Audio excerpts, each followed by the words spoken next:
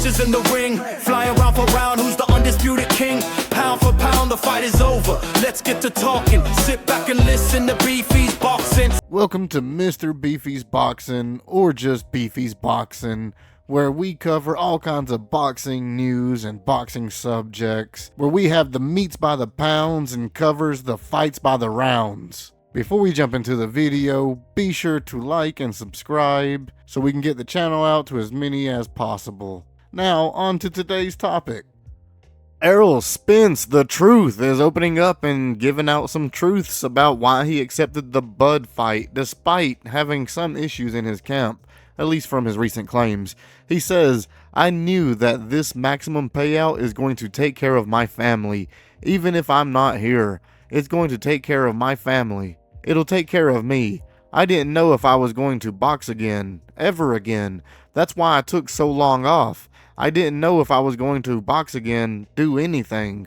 So I was like, bro, I'm still going to fight. It just is what it is. I'm not going to make no excuses about it. Whatever criticism comes with it,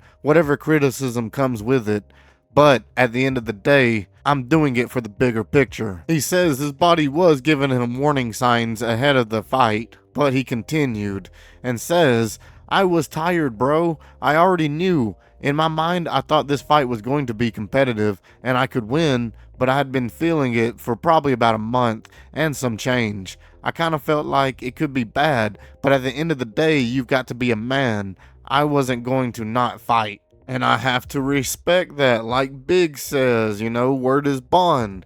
And in these situations, you sign the contract, go and, do it up. I was expecting this fight to be closer to a 50-50, more like 60-40, but it ended up being like 70-30, 80-20. I mean, Bud did a number on Spence.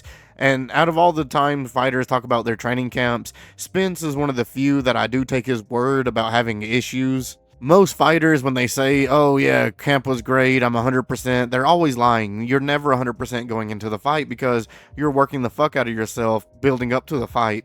And so you're never 100%. And we gotta accept that. But with the wreck, with the long layoff, with Derrick James, I can kind of understand if Spence was having some issues. But this is all shit that should have been acknowledged before signing the contract. Either way, I love Spence. I think he's like a great person, great personality. He's a little low energy, but I think that's just people from the South, a lot of us are pretty fucking chill. I can't wait to see him return against Zoo. I'm hoping he's going to do a number on him. And then maybe later this year, I think we should still have time to squeeze in one more fight with Spence if he stays active and depending on the other person. But I would love to see him get in there with Fundora, or I don't know, maybe even go in there against Boots eventually. And maybe we can get a super fight later on. But let me know your thoughts below. Well, that was the final bell. The video is coming to an end. Before we end the video, I gotta say one more time, thank you so much for watching. Remember everybody, it's all about attitude. There is no progress without struggle, so stay in there.